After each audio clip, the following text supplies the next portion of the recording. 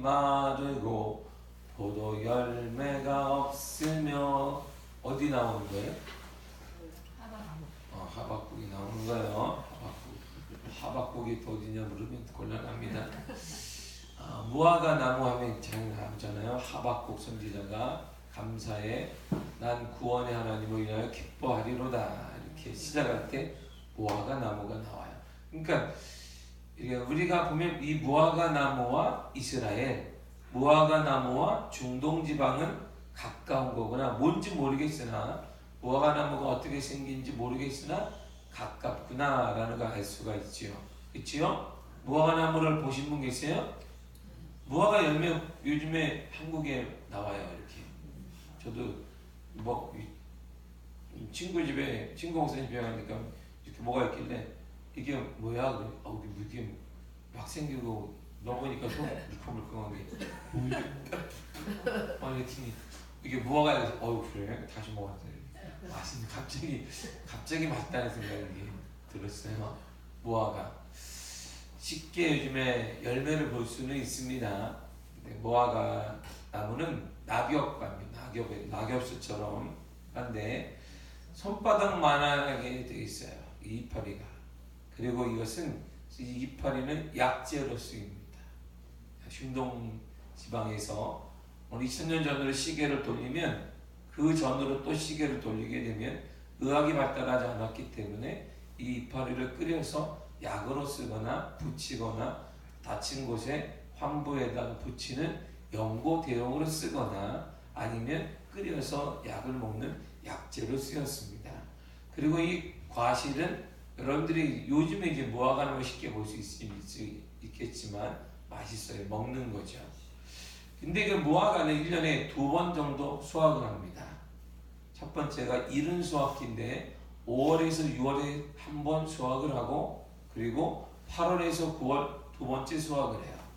날씨가 따뜻하기 때문에 우리나라는 1모작을 하지만 거기는 2모작이나 3모작 하기 때문에 그래서 1년에 2번에 5, 6월에 한 번 그리고 8, 9월에 한 번 하는데 그런데 3, 4월에 그러니까 잎이 나오고 이르면 5월 말 아니 6월 달에 수확을 해서 열매를 먹게 되는 겁니다. 이게 무화과예요.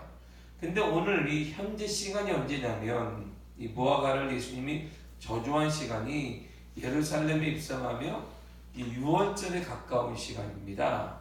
그러니까 13절을 다시 보세요. 가서 보신즉 무화과 외에 13절 하반절에 보세요. 가서 보신즉 잎사귀 외에 아무것도 없더라. 이는 무화과의 때가 아님이라. 때가 아니에요. 무화과가. 왜냐하면 그 당시가 지금 예루살렘에 입성하고 6월절에 가까웠기 때문입니다. 6월절. 6월절이 언제냐면 4월이에요. 4월. 4월에 지금 잎사귀도 조금 이제 나오는 시작이에요. 3, 4월부터. 열매가 당연히 없어요. 그러니까 주님도 잎사귀에 이 무화과의 때가 아니다라는 걸 알고 계세요. 근데 거기다 대고 예수님이 저주했단 말이에요. 이 열매가 없는 무화과야. 왜냐면 12절에 시장하셨기 때문입니다.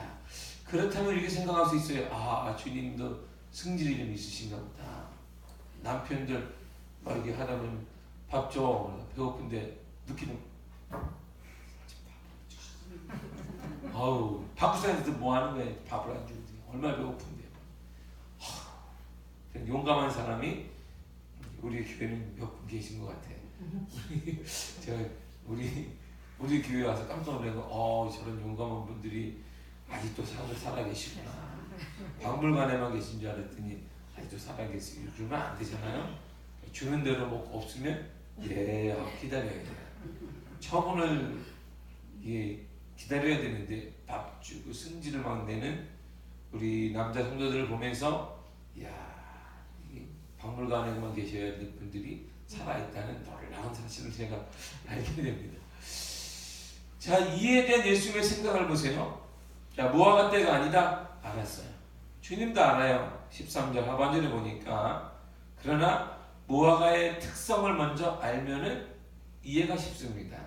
무화과는 3, 4월, 지금 6월절이 4월인데 지금 이때는 이파리가 먼저 풍성하게 나요. 잎이 난 다음에 그리고 나서 5월 말이나 6월 초에 열매가 나오게 된다 이런 말입니다. 그러니까 무화과의 결실기이든 무화과를 따먹을 시기이든 따먹지 않을 시기이든 그 나무는 잎이 무성해요. 이렇게 3, 4월이게 되니까 3, 4월부터 이파리가 무성하니까 말이에요. 그러니까 주님이 4월에 6월절에 딱 보았는데 이파리가 무성한 거예요. 근데 거기엔 아직도 결실기는 되지 않아서 열매는 없어요. 그러니까 무화과의 결실기냐 따먹을 때냐 따먹지 않을 때냐 그 중요하지 않습니다. 잎만 무성함으로 열매에 대한 기대를 가지고 있단 말입니다. 그런데 결국 예수님을 실망시켰어요. 우리도 기대를 주님이 갖고 있는 거야. 무슨 기대일까요? 무슨 기대예요? 장로로, 권사로, 집사로, 모태신앙으로, 신앙생활을 오래 한 사람으로 주님이 딱 기대를 갖고 있는데 막상 이렇게 막 헤쳐보니까 열매가 하나도 없다 이런 말이에요. 열매가 없다 이런 말이에요. 그때 주님이 그 사람에 대해 할 일이 책망할 일이 오늘 본문에 나오는 거예요. 이게 예수님의 기대에 그러므로 우리가 답해야 되고 부응해야 됩니다. 예수님을 믿는 자들에게 열매를 기대하신다는 말이야. 여러분들이 뭘 기대요? 열매를 기대하고 계십니다. 이스라엘을 상징하는 두 가지 나무가 있습니다. 자, 이 성경에 자주 나오는 두 가지 나무가 있어요. 첫 번째가 소개하잖아요. 첫 번째가 무화과. 두 번째가 나는 너희는 무슨 나무예요? 포도나무예요. 이스라엘을 성경에서 보면 자주 반복되는 나무가 포도나무와 그리고 무화과 나무예요. 이 두 가지가 이스라엘을 상징하는데 이 두 가지 나무 특성이 비슷합니다. 이 두 가지 나무, 포도나무와 무화과 나무는 자라게 해서 이 나무를 쓰려고 자라게 하는 게 아니에요. 책상을 만들거나 이런 피아노를 만들거나 의자를 예수님이 이게 직업이 목수이셨는데 의자를 만들려고 이 두 가지를 만드는 게 재배하는 게 아닙니다. 포도나무와 무화과나무의 특성은 열매를 먹고자 함이에요. 목적이 다른 게 없습니다. 오직 열매를 맺혀야 가능하고 가치가 바란다 이런 말입니다. 열매가 없으면 아무리 예쁘고 해봐야 쓸데가 없어요. 왜냐면 그걸로 의자도 못 만들고 상식적으로 만들 게 아무것도 없기 때문입니다. 오직 하나 열매를 맺혀야 돼요. 만약 열매를 맺지 못하게 되면 뽑아서 불에 태우게 된다 이런 말입니다. 예수님을 믿는 자들을 뭐가 필요하냐? 열매가 필요하다 이런 말이에요. 우리 가운데 열매가 없으면 어떻게 돼요? 주님이 뽑아서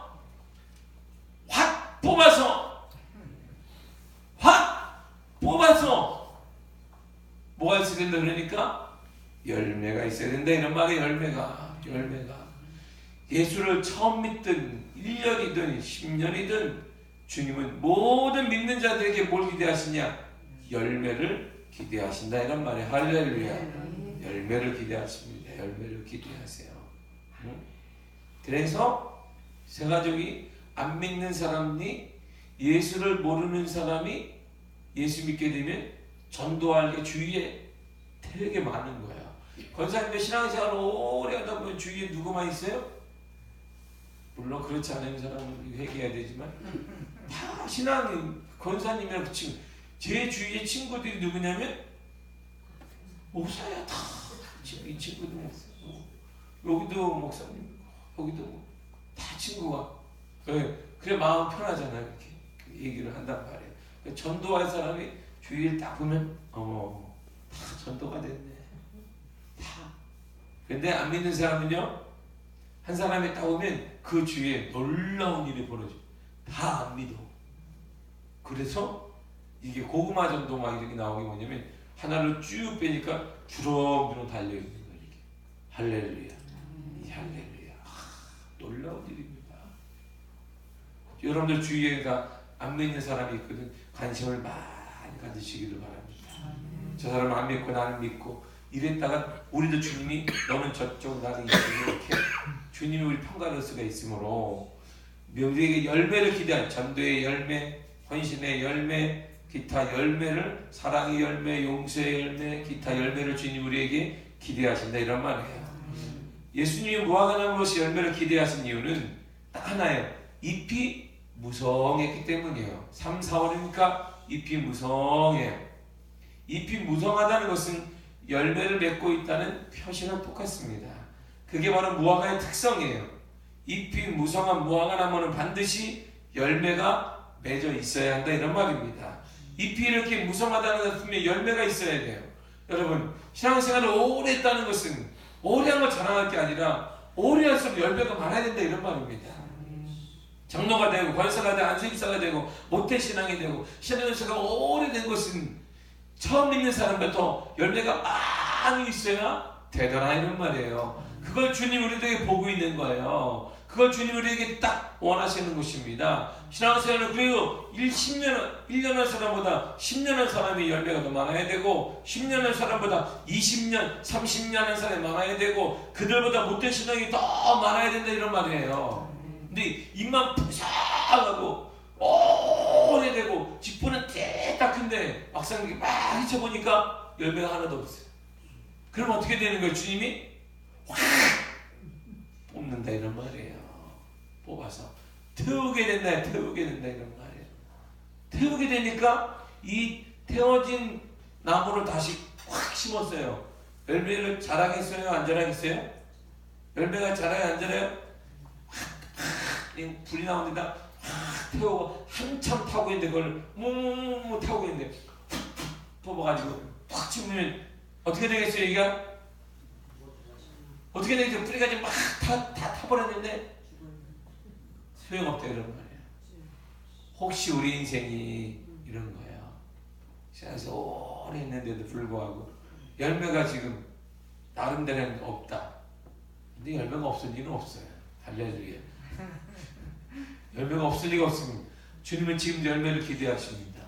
그러면 이 나이에 무슨 열매를 있으니까 안 데려가신 거예요. 할렐루야.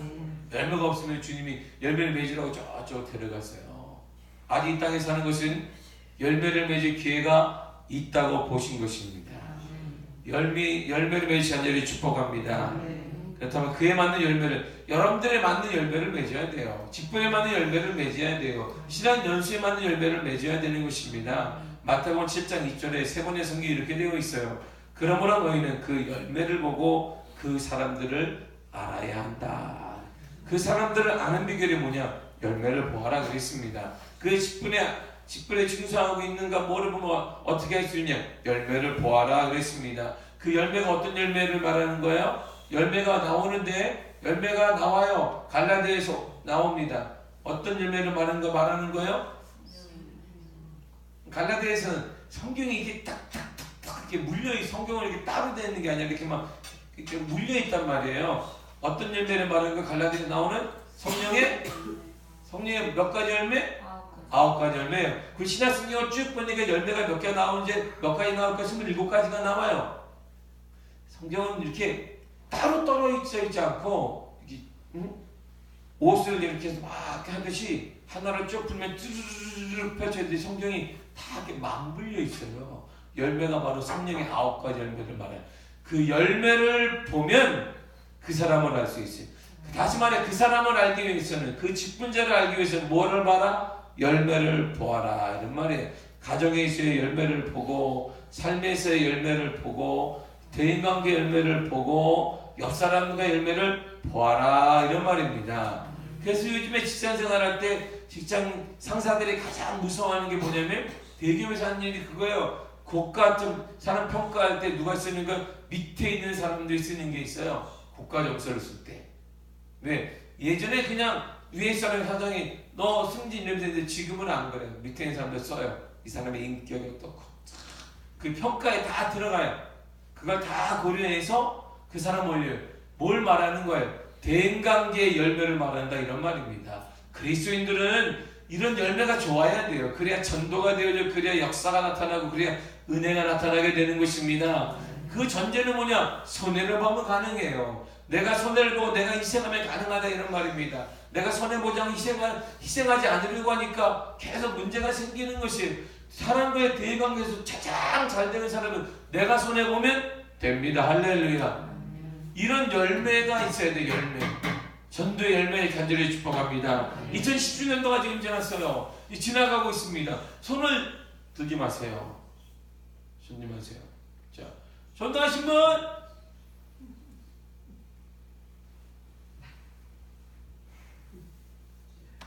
교회가 채워지길 원하시는 분, 손 들어요. 손 들어. 교회가 채워지길 원하시는 분, 들어요. 자, 할렐루야, 원합니다. 하시죠. 그렇죠? 전도하신 분, 아무도 없어. 그 누가 채우라는 거야? 원하는데 누가 채워주는 거지? 주님이 채워주고, 이때는 믿음이 강해. 이때만 주님이 채워주시는 거, 이때는 막 불같은 믿음이 일어나요. 다른 때는 안 그러다. 다른 때 뭐 하면 시험 들었다가 이 전도만 얘기만 하면 주님이 하십니다. 어디가 주님이 하십니다. 주님이 여러분을 보러 하라 그런 거예요. 우리는 알으면서 그냥 주님이 하실 것입니다. 저는 은사가, 영혼을 살게 무슨 은사가 필요해? 영혼을 살리는데 죽어가는 사람 앞에 지금 낭떠러지 가는데 내가 은사가 없어가지고, 내가 은사가 없습니다. 나는 말릴 은사가 없습니다. 당신이 죽든지 말든지. 지금 독구물을 가지고 마시려고 하는데, 이거 나는 독구물이지 않은데 절대 안 돼! 막 때리는 사람도 말려야 되는데, 나는 그걸 말릴 은사가 없어가지고 그 사람만 먹고 꼭 계속 하고 있는데 바라보면서 내가 은사가 좀 부족합니다. 그래서 다 죽어요. 다 죽어. 여러분, 열매가 있어. 그 사람들을 평가하는 거, 나를 평가하는 거 다른 것이지 않습니다. 열매를 보아 그들을 아는 것입니다. 내 열매를 보아 하나님이 나를 알아요. 그러니까 하나님이 나를 아니까 그 다음에 이어지는 게 뭐냐면 내 믿음대로 될지어다. 그래. 할렐루야. 여러분들의 믿음에 따라 되는데 무슨 뭐 할렐루야 아멘 그게 되는 게 아닙니다. 열매를 맺을 수 있는 그 믿음대로 내 인생이 변화되어지며 내 가정이 변화가 나타나게 되는 것입니다. 할렐루야.